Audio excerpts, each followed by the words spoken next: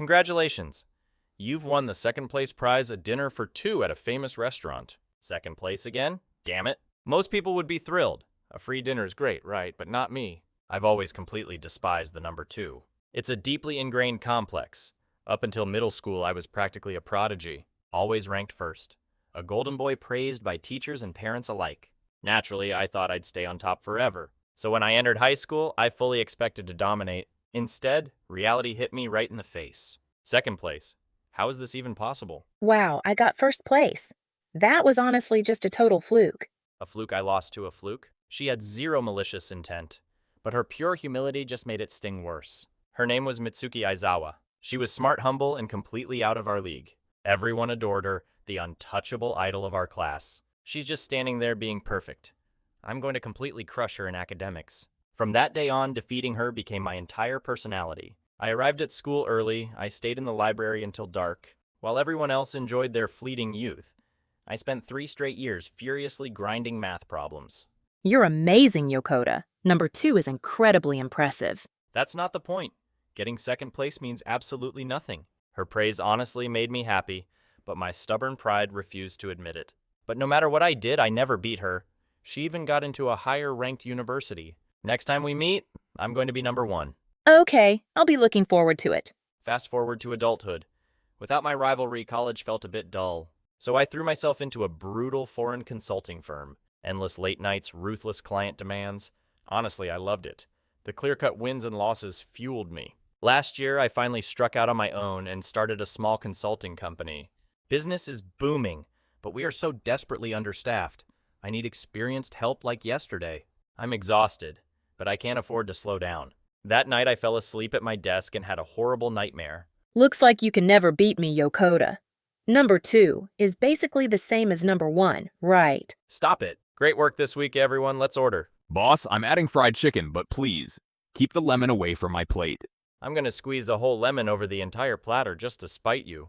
I'll sue you for workplace harassment. Excuse me, are you ready to order? I froze mid-sentence. I would know that soft, polite voice anywhere, even after all these years. Wait, Aizawa, my high school rival, was standing right next to our table, but the girl standing there wasn't the untouchable genius I remembered. Her posture was slumped. She was actively avoiding my gaze. And her eyes?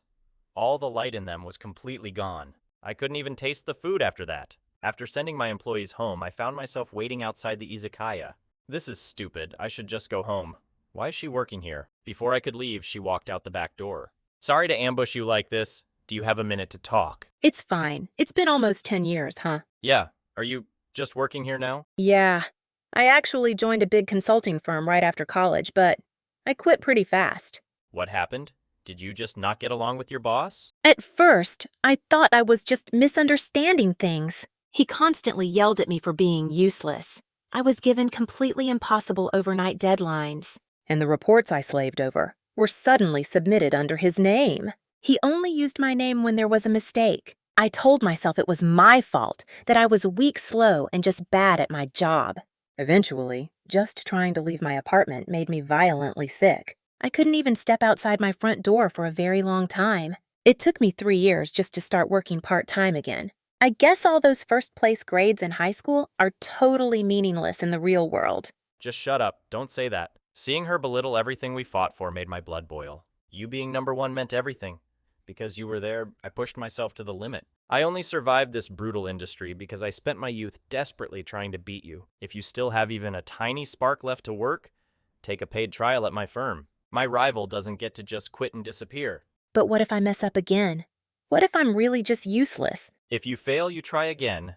My rival wouldn't just give up like this. She hesitated, looking at me with wide eyes, before finally nodding. I gave her a test project summarizing market data and building a proposal. Her slide designs are definitely a few years out of date, but this logic, her raw analytical talent was absolutely flawless. I want to hire you on a part-time contract. 2 days a week to start. Are you just doing this out of pity? I'm a businessman. I wouldn't waste company money on pity. Your skills are highly valuable to us. Her first few weeks were a rocky transition. Welcome to the team, Aizawa-san. Let me know if you need anything. Yeah, don't hesitate to ask questions. We're pretty chill here. She was incredibly polite, but visibly tense. I'm so sorry I sent the email with the wrong attachment formatting. She was visibly shaking, bowing her head deeply. She was completely bracing herself for me to start screaming at her like her last boss did. Aizawa, calm down. This isn't a reflection of your worth. It's just a minor typo. But I failed. It's fine if you make mistakes. Catching them and taking responsibility is literally what I'm paid to do as your boss. She blinked, her eyes welling with profound relief. 3 months passed and her trauma slowly faded. The genius I knew finally returned. This market forecast looks fine, but based on their past IR reports, the client will actually care much more about minimizing initial investment. Whoa, you caught that from those obscure old reports. Aizawa-san, you're an absolute lifesaver. Without even trying, she had completely won over the respect of the entire office. We want you here full-time, Aizawa. Everyone agrees. Thank you so much. I won't let you down. The staff cheered for her. I was incredibly proud, but also secretly annoyed that my new employee was already outperforming me. One Friday night, she and I were the only ones left working late. Hey, Yokota. I never really said it properly, but thank you for bringing me here. I'm really glad I joined your company. Before, I was honestly terrified of compliments. I felt like I was just waiting to fail again. But you trusted me, Yokota. You made me believe in my own work again. Don't make a big deal out of it. I just couldn't accept my biggest rival retiring without my permission. You haven't changed at all. You're still so incredibly stubborn about that whole rivalry thing. Actually, I've had a huge crush on you since high school. Wait, what? But I only ever tried to completely crush you in exams? I know, but being number one was lonely. You were the only person who treated me as a real human rival, not some untouchable idol. I was completely speechless. All those late nights studying, all that intense burning desire to be near her, to have her acknowledge me. I spent years aggressively converting a massive crush into pure academic competitiveness. I think I liked you too. Actually, I definitely did. Damn it! I was just too obsessed with winning to notice. What kind of confession is that? Just let me say it. I like you, Aizawa. We can date, but let me be clear. You get zero special treatment at work. I wouldn't have it any other way. The workplace rivalry stays fully alive. Good, because I'm absolutely beating you next month. Wow, boss, you and Aizawa-san have a totally different vibe today. Did something finally happen between you two? The tension is completely gone. Shut up and get back to work. We have a pitch due at 3. We tried to be discreet, but we fooled absolutely no one. And to make things worse, she was currently crushing me in monthly sales. Just a reminder, Yokota, I'm currently number one this quarter. Don't get cocky. I'm taking first place tomorrow.